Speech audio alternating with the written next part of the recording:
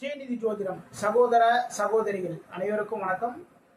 October மாதம் 12ஆம் நாள் ஞாயிற்றுக்கிழமை அன்று சஷ்டி திதி வருதுங்க. சஷ்டி திதி மட்டும் இல்லை, அன்னைக்கு மிருகசீரிஷ நட்சத்திரம். சஷ்டி திதி வந்தாலே முருகப்பெருமான் வழிபாடு மிக மிக அற்புதமான பலன்களை அள்ளித்தரும்.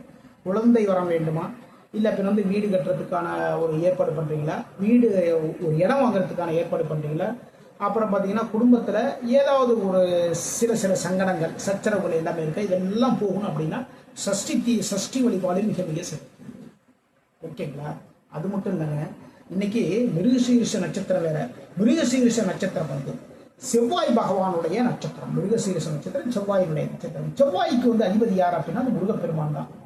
அப்போ இந்த நாளில் ஞாயிற்றுக்கிழமை 12ஆம் தேதி இந்த நாளில் முருகப்பெருமானுடைய அபிஷேகத்திற்கு அதிகாலை காலையிலேயே அபிஷேகம் எல்லாமே நடக்கும். இன்னைக்கு எல்லா முருகப்பெருமான் கோயிலும் அபிஷேகம் நடக்கும். அந்த முருகப்பெருமான் கோயில் அபிஷேகத்துக்கு பால் வாங்கி கொடுங்க, பன்னீர் வாங்கி கொடுங்க, தேன் வாங்கி கொடுங்க, முக்கியமாக விபூதி வாங்கி கொடுங்க.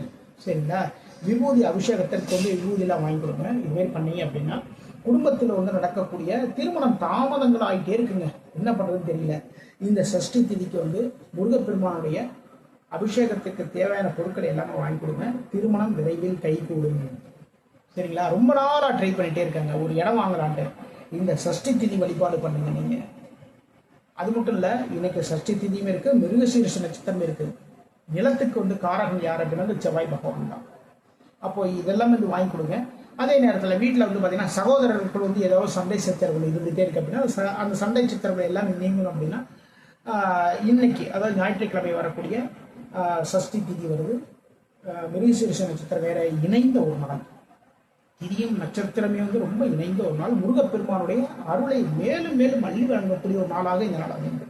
அப்போ முருகப்பெருமான் வழிபாடு பண்ணுங்க. இன்னைக்கு முருகப்பெருமான் வழிபாட்டின் மூலமாக அனைத்து காரியங்களிலும் வெற்றிகள் தேடி வரும்.